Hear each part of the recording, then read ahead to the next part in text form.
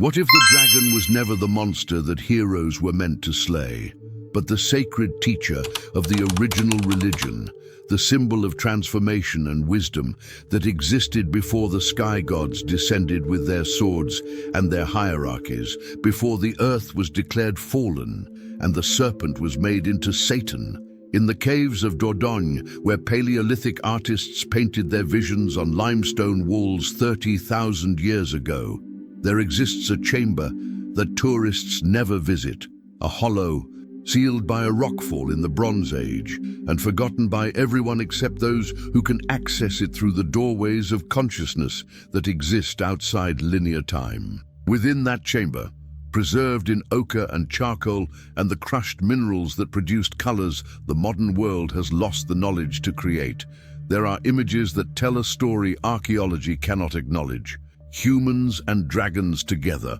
not in conflict, but in ceremony, not in battle, but in sacred partnership, practicing a religion so ancient that it predates not just Christianity and Judaism, but the entire Indo-European invasion that brought the patriarchal sky gods to Europe and transformed the earth-honoring cultures into conquered territories and their dragon wisdom into demonic heresy. In the summer of 2017, a paleontologist named Dr. Sophia Durand was conducting a ground-penetrating radar survey of the Dordogne caves, searching for chambers that might contain undiscovered Paleolithic art when her equipment registered an anomaly that should not have existed according to the geological models of the region. There was a void behind what appeared to be a solid wall of limestone, a space large enough to be a significant chamber, but completely sealed off from the known cave system. She spent 3 months obtaining the permits and the funding to investigate,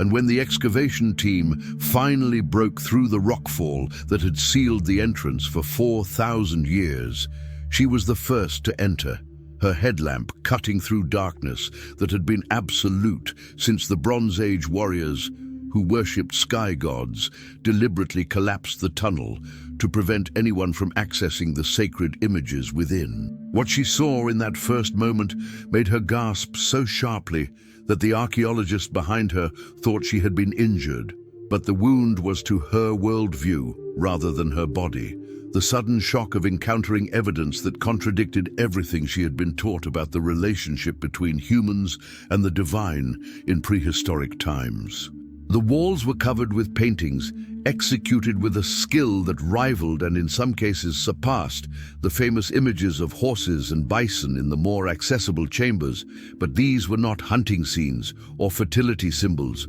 or the shamanic visions that scholars usually attributed to Paleolithic art. These were narrative sequences, stories told in images that flowed around the circular chamber like frames in a film, and they depicted a religion, a complete cosmology, a spiritual practice that had been deliberately erased from human memory. The story began with the creation itself, not the creation of the world, but the creation of consciousness, the moment when the void became aware of itself and split into 2 principles that the paintings represented as a great serpent coiled around the cosmic egg and a winged dragon breathing the fire of awareness into that egg, cracking it open so that the universe could emerge. Sophia recognized immediately that this was not the patriarchal creation myth of a single male god speaking the word that brings forth light, but something older and more sophisticated, a vision of creation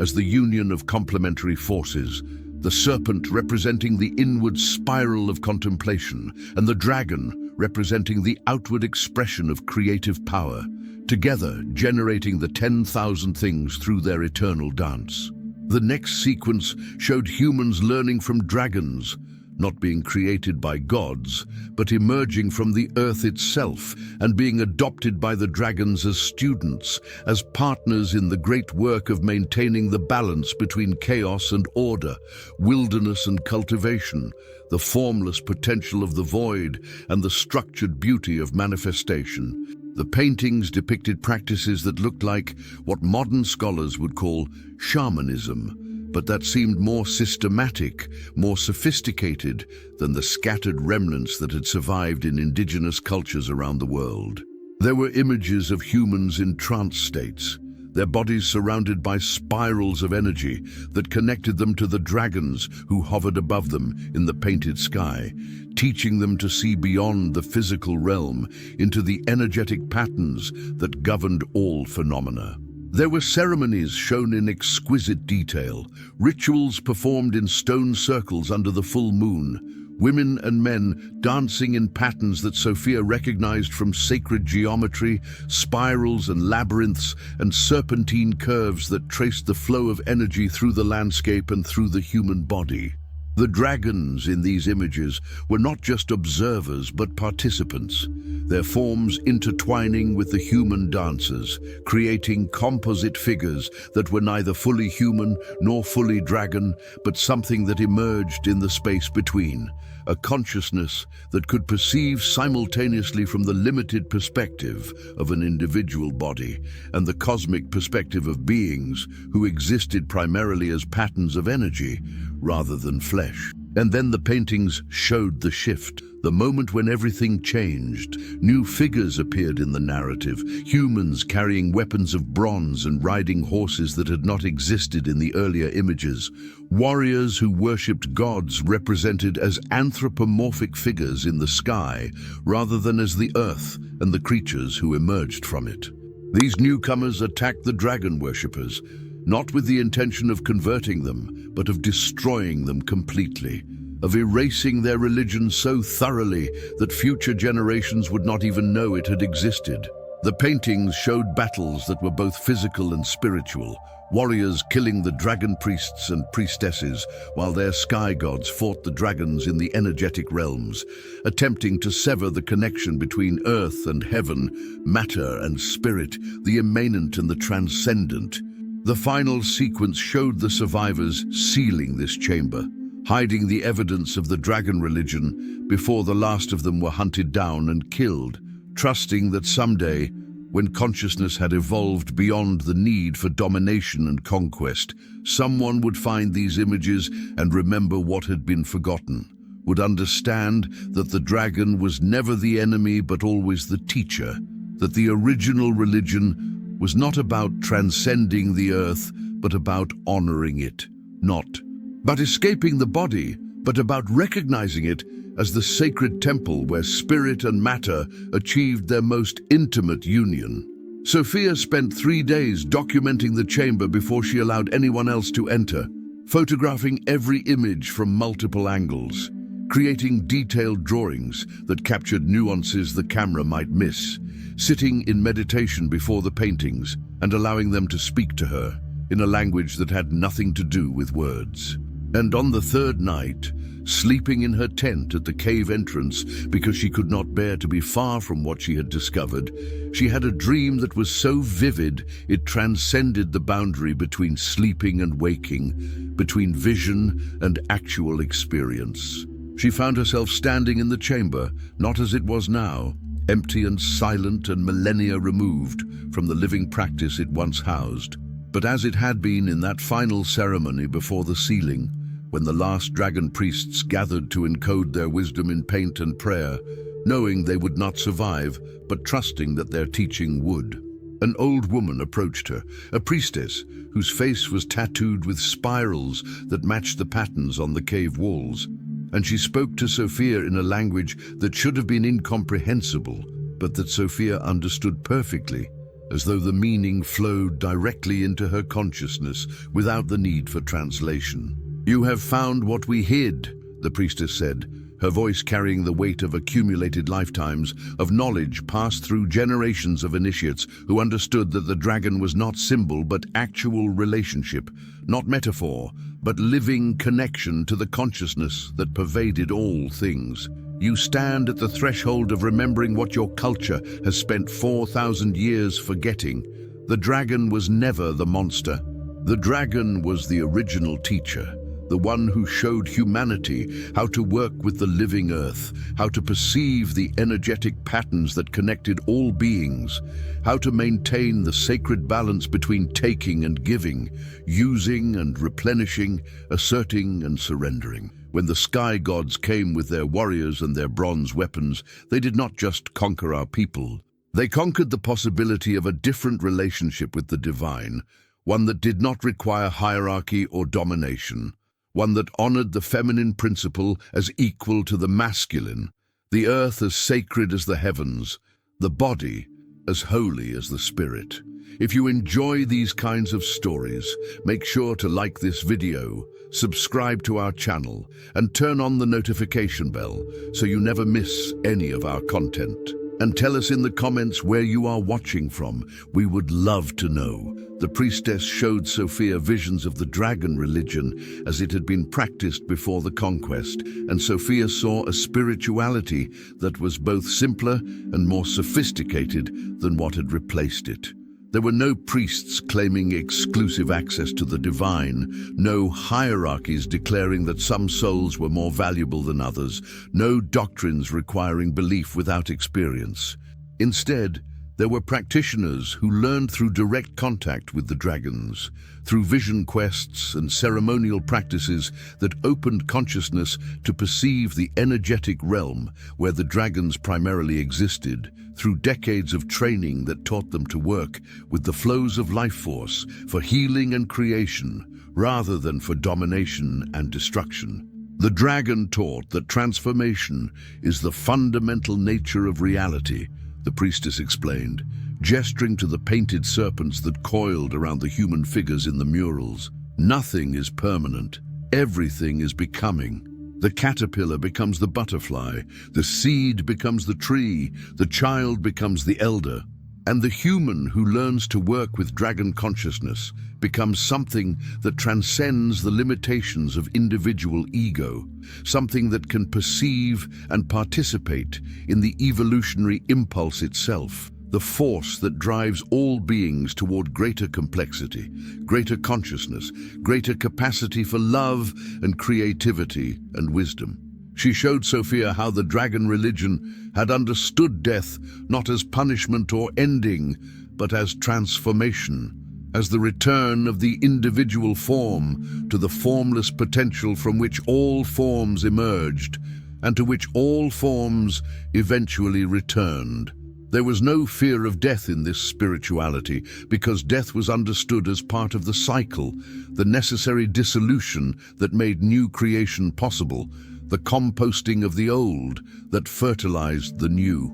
The dragons, who lived much longer than humans, but who also eventually released their physical forms, modeled this acceptance of mortality not as resignation, but as participation in the great mystery of becoming. And she revealed something that made Sophia weep with recognition and grief. The demonization of the dragon was not just about establishing a new religion. It was about breaking the bond between humans and the earth itself, about convincing people that salvation lay in transcending the material world rather than honoring it, about creating a split between spirit and matter that made domination seem not just acceptable, but spiritually necessary. If the earth is fallen, the priestess said, if the body is corrupt, if matter is inferior to spirit, then exploiting the earth and dominating the body become acts of spiritual progress rather than violation. The sky gods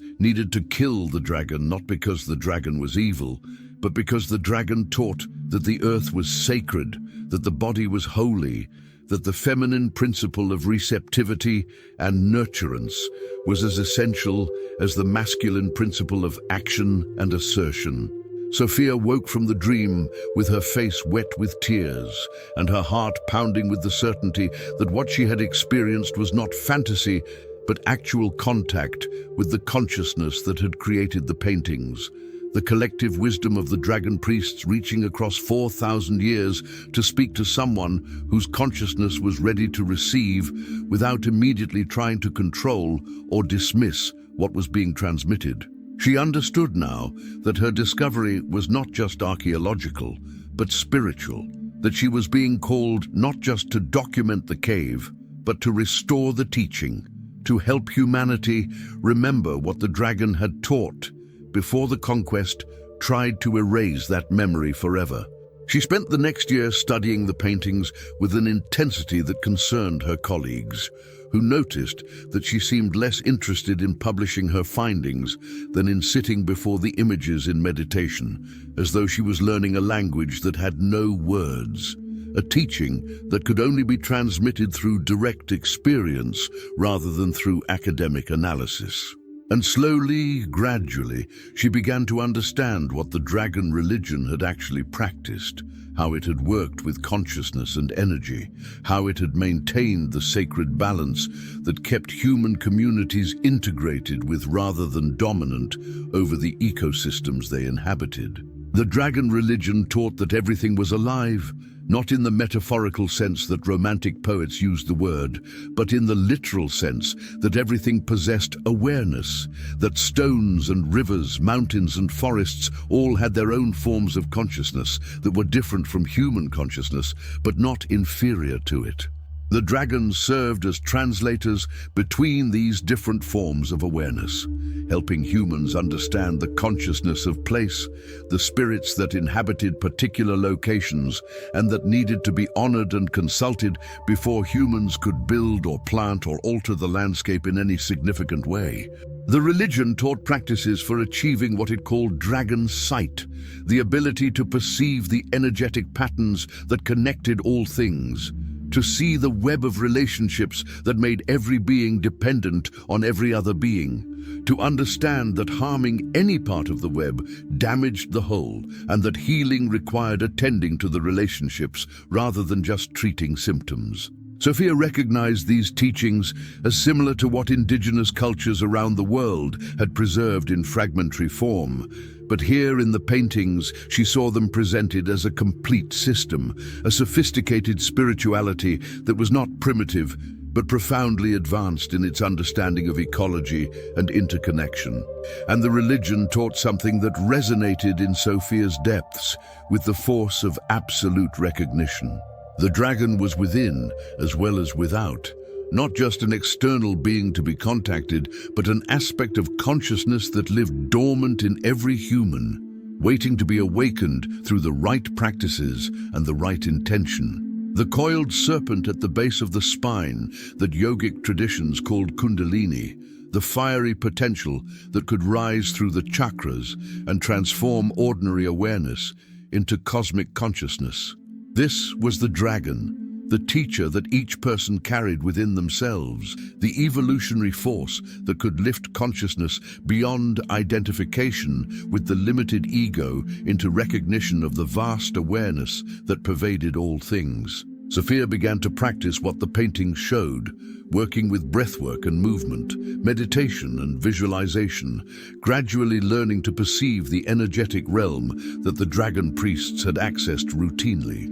And as her perception opened, she began to see them, not the physical dragons of flesh and scale that medieval artists had painted on cathedral walls to represent evil, but the energetic dragons that existed as patterns of consciousness in the realms that interpenetrated physical reality, beings of such refined awareness that they could perceive across vast distances and vast timescales, maintaining the balance of the biosphere through subtle adjustments to the flows of energy that governed weather and geological processes, the movements of species and the evolution of ecosystems. She understood with a clarity that left no room for doubt that these beings had been humanity's partners and teachers before the sky god religions declared partnership with nature to be paganism and the dragons to be demons. And she understood that they had never left, that they continued their work of maintaining planetary balance even without human partnership, but that they were calling certain humans back to remembrance, back to the possibility of restoration, back to the dragon religion not as historical artifact, but as living practice that was desperately needed in a world that had pushed the imbalance between human domination and earthly wisdom to the edge of catastrophe. She began to gather others, finding those who had also been dreaming of dragons, who felt called to remember something their culture had forgotten, who carried in their genetic memory the trace of ancestors who had worshipped not the sky gods, but the earth and the dragons who taught humans how to live in sacred relationship with the living world. They came to the cave in small groups, and Sophia guided them through the paintings, teaching them to see not just with physical eyes, but with the dragon sight that perceived the energetic patterns beneath surface appearances. And many of them wept as she had wept, recognizing that they had been searching their entire lives for a spirituality that honored the earth without falling into the romanticization that characterized so much New Age thinking, that recognized the body as sacred without denying the reality of spirit, that integrated rather than split, that sought wholeness rather than transcendence. They began to practice the dragon religion as the paintings taught it, creating ceremonies that honored the earth and called to the dragons who watched from the energetic realms. And slowly, tentatively, the dragons responded, appearing in visions and dreams, offering teachings about how to work with the land rather than against it, how to read the energy of place and adjust human activities to support rather than damage the web of life. Some of the practitioners developed abilities that seemed miraculous to those who witnessed them,